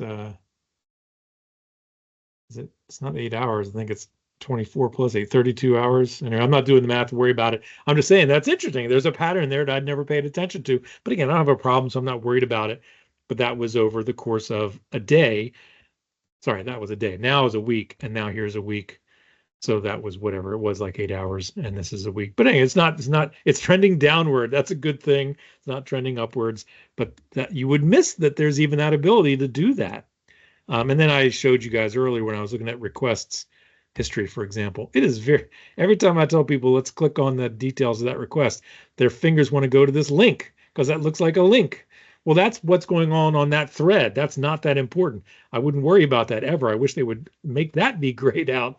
This is what we want. Notice when I mouse over it, this becomes a link. I don't know why they did it that way. That's a link. So then when you click on it, you go into the details. I see so many people fighting this little tiny button and they're mousing around trying to get this little tiny button. I'm going to just click right there. That's the request details. And then I showed you some of the things that had alternative views up at the top. Like the logs, we picked which log, or when we were looking at the transactions, we picked which type of transaction. Don't miss those little menus at the top. I just wanted to make sure to highlight that. And then wrapping up the features that are relatively new. Check this out. Some would be interested in this. Traditionally, when you logged into FusionReactor, there was like one password, and it's called the administrator password. You just knew the password. There is the option, and has been since the beginning, to have an observer and a manager and to enable 3 different passwords. But some people felt that was very limiting. They never even did it. Well, check it out. You can now, I forget how long, for about a release or 2, you've been able to say, I want to allow logins using our LDAP or our X500 directory. And so you can use the directory to say who's allowed to get into FusionReactor and what, manage all that up there. Who are they? All their authentication stuff is up there, and even authorization stuff. And there's documentation on that. I'll leave it for you to explore that. And then also, if you start using FusionReactor Cloud, you can also tell FusionReactor to allow logins using the FusionReactor Cloud credentials. And these are all settings in the FusionReactor interface under security. There's a place to control what login are you supposed to be using. So I'll leave you to explore that. Another recent feature you might have missed is something called the Event Snapshots feature. What it is they track various details about a request when it has an error. After it has a certain number of errors, they start to really pay close attention, and they keep an event snapshot about it. And that's cool, and it's good, and there's value to it. But I'll point out that I've helped some people find out that was actually a kind of a parking brake on their server. It was creating lots of these event snapshots, and no one was ever looking at it. And we would look in the alerts and see, hey, it's spending time doing creation of the snapshot, or do a stack trace. Hey, it's spending time doing a snapshot. So I finally have kind of say, hey, I think you might want to turn it off if you're not using it, because it's on by default. And I hope someday they may rethink that decision. But it's weird. It's hidden under debugger. And we haven't talked about that. We'll get back to that in a second. Under debug settings, event snapshot. And I have it on. I'm going to go ahead and turn it off. I thought I'd turned it off. I have different servers, maybe done another one. But anyway, I'm not going to explore this or discuss it any further. I'm just going to go ahead and disable it, because I don't find them to be valuable for me, and I've seen them cause more trouble than they're worth. So I'm turning it off. That's how you turn it off. That's it. Boom, done. The request content capture feature, I've done a Hidden Gems talk on FusionReactor years ago, and it's on my playlist. It's from like 5 or 10, 12, 7 years ago, something like that. One of the things I pointed out back then was this request content capture feature. Most people don't use it, but one of the reasons people didn't use it is that you could either capture all the requests or all the responses, but that was it. And recently they've changed it so you can capture either requests or responses or both. And for either requests or responses, you can capture either the headers or the bodies or both. And that's as of FusionReactor 10.102. For those that are on an older one, you won't see the ability to do it, but there you go. And it's just automatic. You'll see it if let me just say real quick, if you go to requests content capture, where is that? Here you go. It's been a while since I've used it. Content capture. Where's content capture? It's not under settings. Come on, where is it? Down here at the bottom. I'm just having a brain fog at the moment. Where is the content cap? I've used it. I know it's here. There's no help. I wish they would add a help feature. It's not content filters. I don't believe it's this. Oh, there it is. Sorry, it is. It's just, brain fog is getting late. Request settings is where I was. Request settings. And then in here is request content capture. And it used to be, Either you do requests and responses or you don't. Then they added, let me get only requests, or let me get only responses, or let me get both. And then it used to be you got headers and bodies, and they've changed it to say either headers or bodies or both. And when you explore this, you'll appreciate why that could be valuable. There have been other new features over various releases. I'll just point you here. This italicized thing is a URL. If you go visit that URL, you can learn about what's new. Most of the things are new about in the cloud, and the FusionReactor Cloud has more features that are new. It's updated more frequently, and there's a separate page that focuses just on the cloud stuff. But this one even talks a lot about how FusionReactor on-prem, pushing stuff to the cloud or receiving stuff from the cloud, has changed. So a good majority of the recent changes of the past 3 or 4 releases have been, yeah, they're in the on-prem, but they're about interacting with the cloud. So maybe not interesting if you don't use the cloud. Anyway, one last hidden gem I want to show you. What can FusionReactor monitor? Because everybody thinks of it as a monitor for CF or for Lucee or now for BoxLang. But I've said it could be used to look at any Java app or any Java app server. And somebody would glom onto that and go, oh, that's cool. We use Tomcat, or we use Jetty, or we use WebLogic, or whatever you might use. But check this out. If you think about it, that means it can be implemented into and monitor and troubleshoot any number of things. And you might go, wait, what? Yeah, so the CF add-on service, the thing for Solr and PDFG, which is serving CF HTML to PDF. If you have Cold Fusion doing CF index, CF collection, CF search, CF HTML to PDF, under the covers, that really talks to this thing called the add-on service, which is an implementation of either Solr or this service called PDFG. Well, those are Java apps running on a Jetty by, side note. It's running on Jetty, separate from Tomcat, and it's its own process and its own thing. Well, you can implement FusionReactor inside of that. And yes, you could watch every CF index you do just ends up being a CF HTTP call effectively over to this Solr service, and you'll see the URL and you go, you mean I could just do a CF HTTP to call my Solr and do stuff that Solr allows that CF search doesn't allow? Yes, you absolutely can. So I'll leave you to explore that. Or if it's not performing well. And that could be any Solr, right? If you're running Solr for some other purpose, have nothing to do with Cold Fusion, yeah, you can use FusionReactor to monitor that Solr or any Jetty-based application. It runs on Jetty. It's just an app server. You could watch anything running on Jetty, anything running on Tomcat. Absolutely. Check this out. The PMT, Cold Fusion's performance monitoring tool set that was introduced in CF 2018. That thing's written in Java. You could monitor that. So yeah, monitor the monitor. You can use FusionReactor to watch the PMT. I've done that to help diagnose some problems that were happening in the PMT, or to understand something about the PMT that was not obvious from the documentation. Absolutely, you can monitor the PMT with FusionReactor, not the reverse. You can't monitor FusionReactor with the PMT. How about the API manager? If any of you guys are using that API manager is a Java-based application. If you know what I'm talking about, if you don't, read about it. As of CF 2025, you don't even need a license anymore. No enterprise license of CF needed. Anybody can use the API manager now. Anyway, maybe if you start to use it, you'll want to understand, hey, why is the performance lower? Why does this thing get an error? What the heck's going on when we click this button? Put FusionReactor on it. You can watch everything going on inside the API manager. Even CF tools like the CFPM and CF setup. Boy, it's getting dark in here. Let me turn on the light. I'm noticing I'm looking very grainy and hard to see. My goodness, that's bright. That's way too bright. Hold on. Blinded by light. There you go. Tools that are built into CF, like the CFPM for package management, or the CF setup tool, if you know what those are. CCS, I should have added that. Absolutely, you can monitor those because they're just Java things, and you could stick FusionReactor into them. Absolutely, you could. And then check this out, non-CF Java things. You may not think of this, but things like Jenkins and Jira and Bitbucket and Confluence, they're all Java applications. You could put FusionReactor into them and watch what's going on inside of them. And of course, you can monitor all these things with any Java APM, Datadog, New Relic, App Dynamics. I get it. I'm just saying if you have FusionReactor, you can use it. And this license is per server. So you could put, if any of these things are on the same server, you don't pay extra. Just put FusionReactor into any of these things and you could watch those things. Or maybe you've got a Jenkins implementation on some server somewhere, and you've had trouble with it, and you wish you could watch, why are our deployments being so slow, whatever. You'll be able to look at that with FusionReactor. Pretty cool, right? And technically any Java application, Spring, Spring Boot, struts, you name it. There's even discussions in the FusionReactor docs on interacting specifically with Spring and Spring Boot. So I'll leave you to explore that if you want to.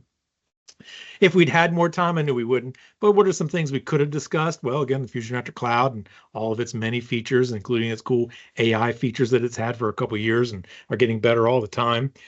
Their observability agent, which is relatively new. It's the ability for you to implement on your machine or in machines you want, any machines you want. They will push to the FusionReactor Cloud insight into metrics about things that have nothing to do with Cold Fusion. You could have it monitoring your databases and your PHP applications and your Node applications, you name it, all kinds of cool stuff. So I'll leave you to explore that.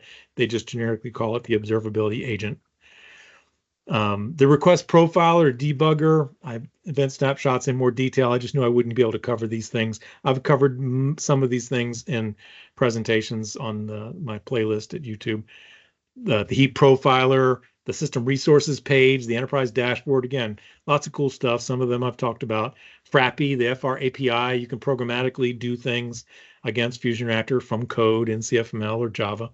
Pretty cool. And then I talked a bit about login security, but there's much more. And you can turn on support for HTTPS if you know why you'd want that. Yes, you can do that. And it's documented in the FusionReactor docs. So go check out the docs for any of these things if they're interesting to you. And finally, resources that you could maybe not have noticed. Oh, I see a typo there, FusionReactor.com, FusionReactor.com. And then their blog, I was adding the blog and somehow cut off the thing. Anyway, it's FusionReactor.com/blog. Now, they've started to push a lot of stuff on their blog, and some of it's very generic and, it's too bad. But among the stuff they post are often things that are interesting new features of FusionReactor, so watch that. Then they have YouTube videos of their own. So it's at youtube.com, and it's their FusionReactor Monitor is their channel name. And then my playlist, there it is. And you can just grab this URL from the PDF when you download it, or just Google Arehart FusionReactor playlist. You'll find it. And that's got about a dozen videos. And then there's release notes for FusionReactor. I'll tell you to check that out because it's often got interesting stuff. And if you're on the old version of FusionReactor and you want to learn what were some of the things you missed in the older version, there you go.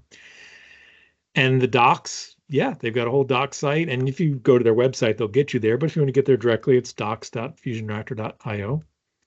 And there's a what's new page like I talked about.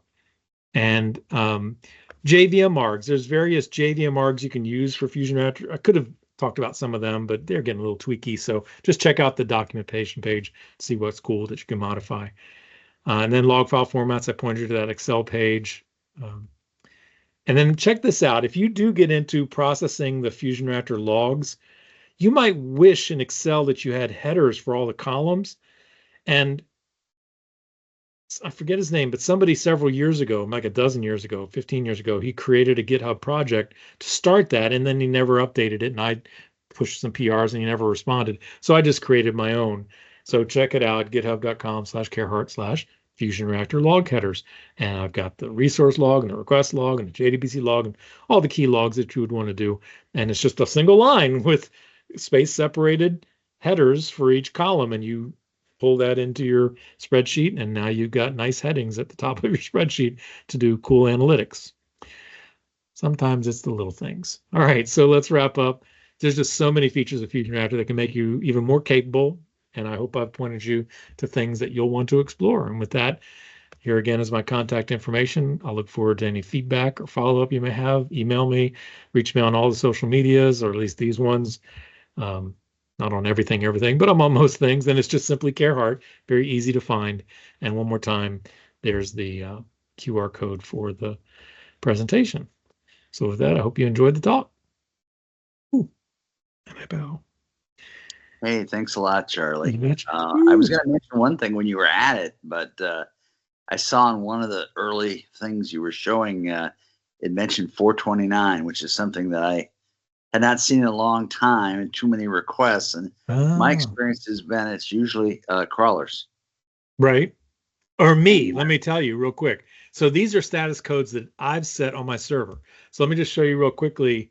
I don't know if we were looking at a screenshot of something, but one more, I forgot about this. It's a cool little tip on the metrics, web metrics. In fact, I just forgot. There's two things. I always like to show people there's this. When did CF or Lucee or whatever start? Uptime, how long's it been up? When did it start? This is not the server time. This is your instance itself. And then towards the bottom, yeah, there's all your status codes that you've generated. Right. It was in my reports. It tracked how many requests had certain status codes. Well, this is in the interface of the metrics, web metrics. There it is. And yeah, so I have a throttle mechanism.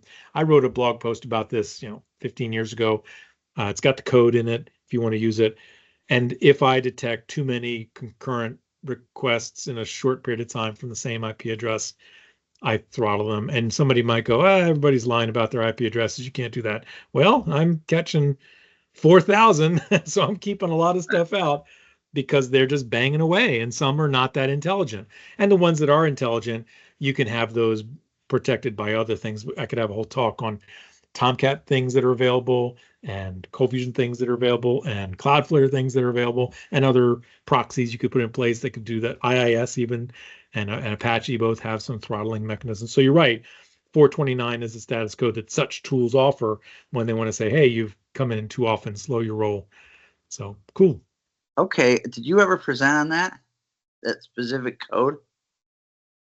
I didn't present on it. I'll just grab it real quick. I'll just say my last name, throttle. It should be that simple. The reason I say is I was going to say I heard Michael Dinowitz do some code on how to throttle. Yeah, there's been lots of them over the years. Ago. This one's from 2010, and it's just as good now as it was then. So let me just say a couple things about it. So there's the blog post from 2010. You can read it later. It was updated in 2020. At first, I used to do a 503, then I changed it to 429 when I learned that that had become the right variant. And then James Moberg created his own variation, and we had a chat in the conversation in the comments below, so you can read this later. And then I said, rather than use my code, perhaps you want to have this done by your web server or proxy, and it's a feature, and I offer that in a new section below. So again, I've been elaborating and evolving this over the years, but as we keep scrolling down, why can't you just use robots text? You may want to have your web server do it, but then here's the code. And it's very simple code. I mean, maybe 40 lines of code, boom, right there. And, again, James had some ideas about improving it. And so he's got a variant that I linked to. I'm sure Michael had a variant, and I even had caveats when I wrote it, some things to be aware of, what you want to watch out for. So some other thoughts, again, as my typical blog posts go, lots of things to consider. I could do a whole talk on it, but I haven't really revisited this subject in the past few years. So there's like I said, I can just think off the top of my head that I know there's even other variants available that are beyond what I did mention. So it's a subject that's become very important, especially with the crawlers from ChatGPT and Meta and all these other AI agents going crazy.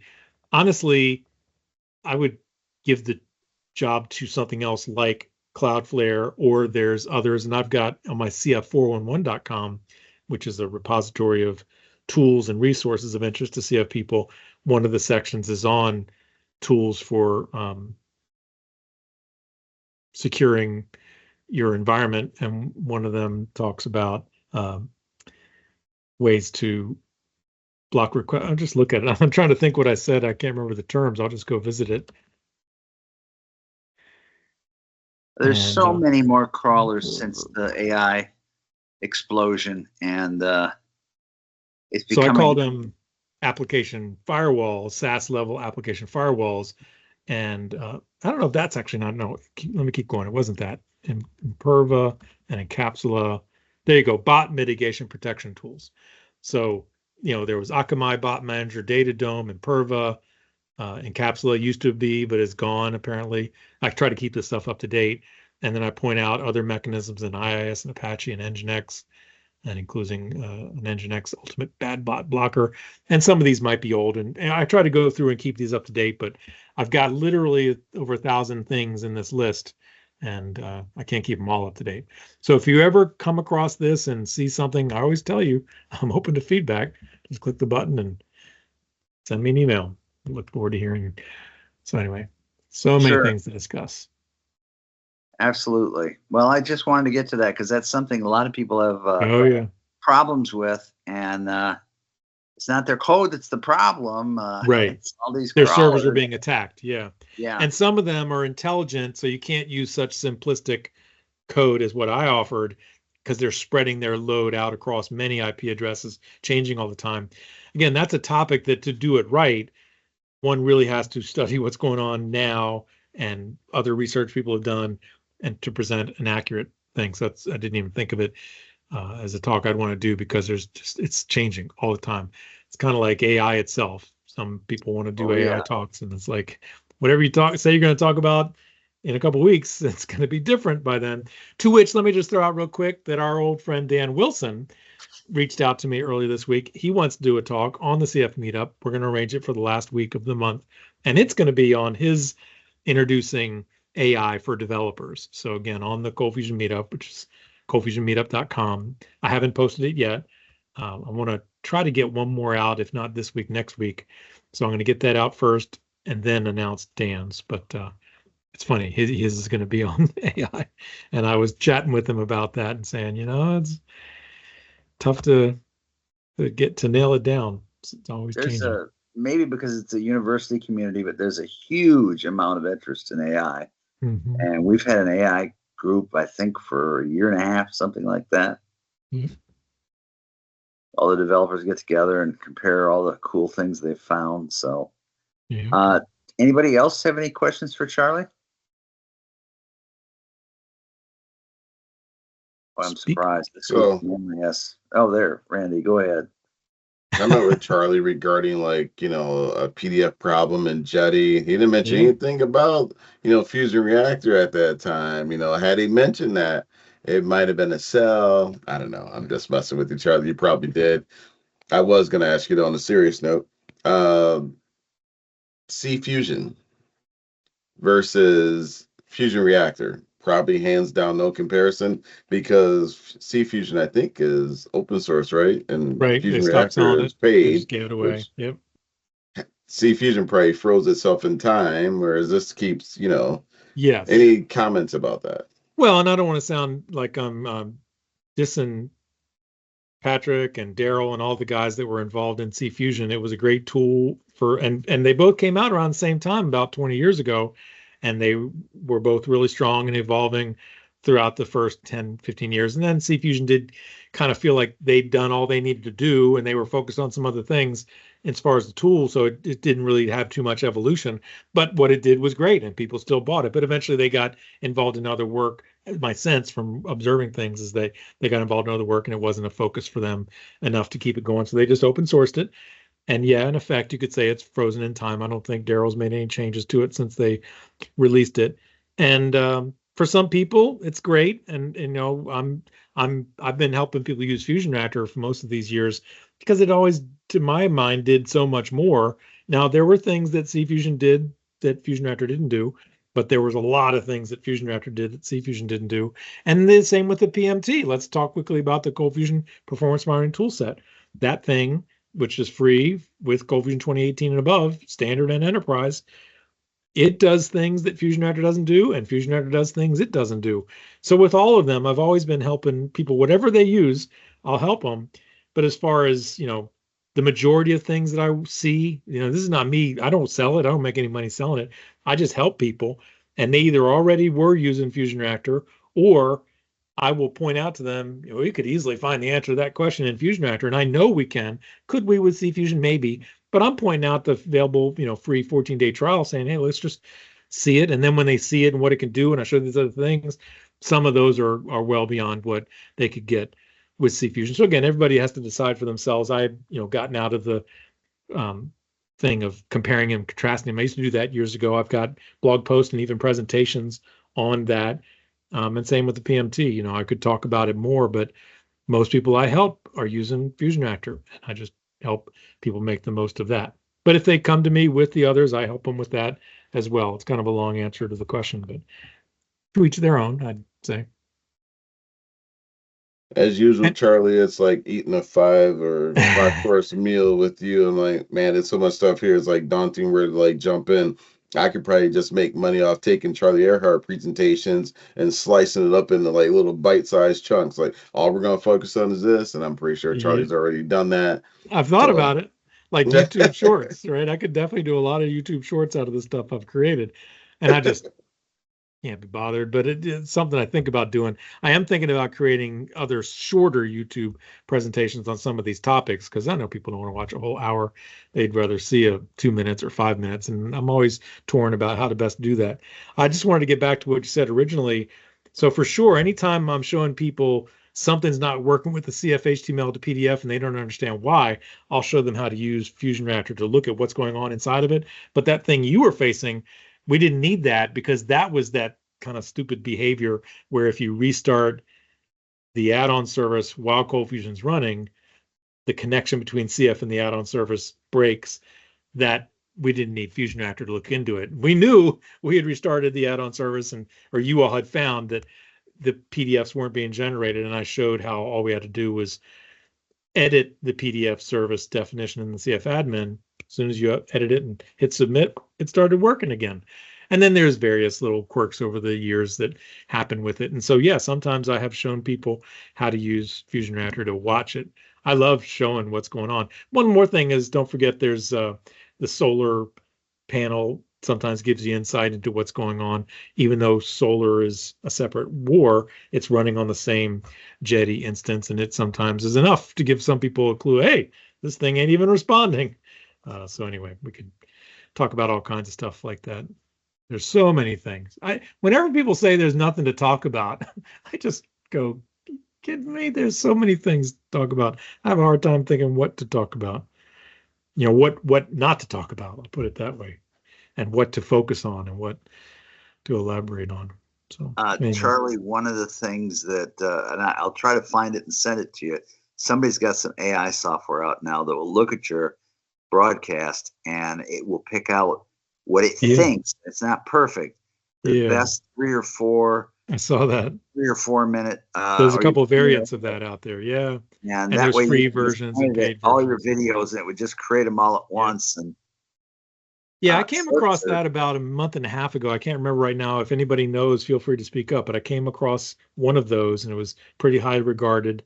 And it was about a month and a half ago. And I want to do it, and then clients call, and then presentations are due, and then there's a conference next week, and I kind of lose track of it. And that's, again, always in the back of my mind. I want to do that. And yes, if a tool did that job well, that could be awesome. I have heard varying, levels of satisfaction. So that's where I find those things. Sometimes they seem like they'll be good, and then you try them, and either the free version is very limited or the paid version is very expensive, or I forget. There was some nuance about that particular one that made me hesitate. But yep, and it's getting better. Again, it's AI. It's somebody could argue, hey, well, bother, the AI is just going to do the talking instead in the future. That's certainly possible. But for now, I just think there are so many topics we could speak on. Didn't mean to interrupt you, Randy. Did you have any more questions? No, I thought there was a third slide, 3 slides back, where it's talking about how many more things. I mean, just to keep your mind open, how many more Java applications, had me think about all the Java applications just in like my department. I even shout out to a few guys. So what are you guys using to like monitor that? Because things just seem always to be like, caught off guard. We use like PMT. But it just depends on what we have going on. It's just different. Yeah. Our world's like different. It's like, okay, a lot of stuff we're gonna raise like in 24 hours, like $2 million, and it goes away. And then we're gonna launch a campaign. It's this constant like up and down, and like I said, things are changing. But I thought that slide was cool, the one that talked about the different areas where you could use it. But Charlie didn't touch on the fact that it's doing stuff that you could do through like the Windows tools or through like database tools. So it's kind of, I don't know, I was looking for that. It's all inclusive, Randy. You don't need that. You don't need this. You just need this. Well, I'll just throw out the observability agent that they came up with. That's their goal of creating that kind of unified monitor everything approach that requires the cloud, and I'm not against the cloud, but some people don't have FusionReactor Cloud, or they can't do it for some reason, or they don't want to pay for it. So, I pointed out to say that's an option, but in this talk, I knew I wanted to focus on, hey, even if you don't use the cloud, what can you do? So, like, there's so many topics I could elaborate further on, and where would I, and should I do it on my own? Should I do it as a YouTube video? Should I create a class? I found some available courseware software. I'm thinking about maybe creating classes on some of these topics where I could go into it in more depth. And hey, if you don't want to pay attention to that topic, you skip to the next course section, So it'll be there for those who want it, and those who don't can skip it. And then I could monetize that and make it worth my time to put all that effort into building all that content. So keep hope alive. I'm hoping to do it before I leave this mortal coil.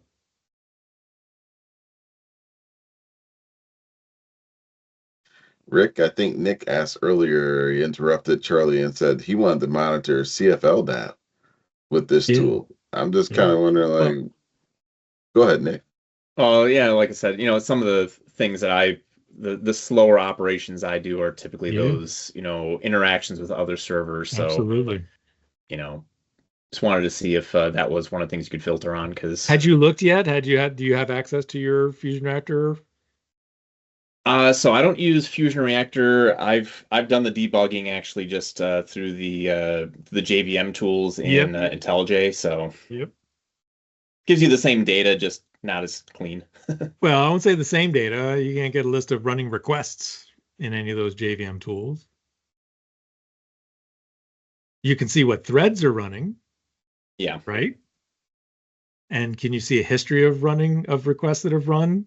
No. But it's more of like, I use it more in a debugging type of situation. Right. So Either debugging or also profiling, So I'll just tell you, by the way, for those who care, I've done talks in the past, and they're available on my presentations page, where I talked about monitoring Cold Fusion and Lucee without FusionReactor, instead just using JVM tools.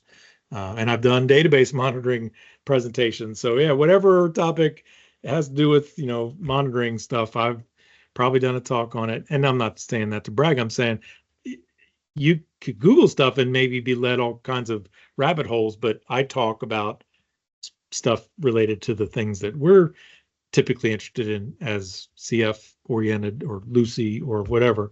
And sometimes you don't find those when you go looking elsewhere. And then, not that it needs to be that, but sometimes we just might have a slightly different way of looking at things. So anyway, like I said, again, so many topics about which we could have plenty of discussions, and you guys have done great. I know. Thanks for all that you do among each of you to contribute topics, and then Rick for organizing the whole thing. You guys are contributing greatly to that community knowledge base, and I'm happy to be a part of it. We're happy to have you. And I would tell anybody that your website, a lot of times people are looking for answers, and they can't find them in Google, and they can search your site and find it. In fact, I think usually thankfully stuff does come up attached to it. Yeah, I've thought about that. At some point, I do want to do something like that, but for now, it's a very really large collection of information. Yeah, and a simplistic old search capability for it. I could definitely improve it, but I haven't really had anybody say, hey, you got to fix that. So it'd be like, that's a nice thing to do, but until somebody demands it. And Google, thankfully, does a great job. I mean, I'm a testament to what's the phrase? I don't pay for Google nothing. Organic. I'm a testament for organic search. I do nothing. I don't hire anybody to do SEO. My site is looks like it's 10 years old. It used to look like it was 20 years old. And, Google doesn't care and Bing and the others, they want the information. And trust me, the AI bots, because I have done some search on topics and I could see that the AI got the answer from me, and the good ones will tell you, hey, here's the credit. It was to find out more. ChatGPT does that. Perplexity does that. Gemini does that. So I'm saying they're finding, we saw it today, they're crawling my site while we're talking. And so they don't really care if the UI looks old. They want the information. And thankfully, I just keep saying, content's king, man. Get the knowledge out there. And yes, someday maybe AI will keep everybody from coming to our sites. But I'm encouraged that they are being responsible and showing where they get the information from. So if any of you guys are motivated, don't let that discourage you. Just get your knowledge out there. I can definitely testify that as a consultant, that's vital to the work that I do. It's how people find me. They keep coming across my stuff and say, hey, maybe we ought to just hire this guy to help solve our problem instead of us looking into it on our own. So I can say that's a good way to go for sure. I don't do anything to make my business come to me.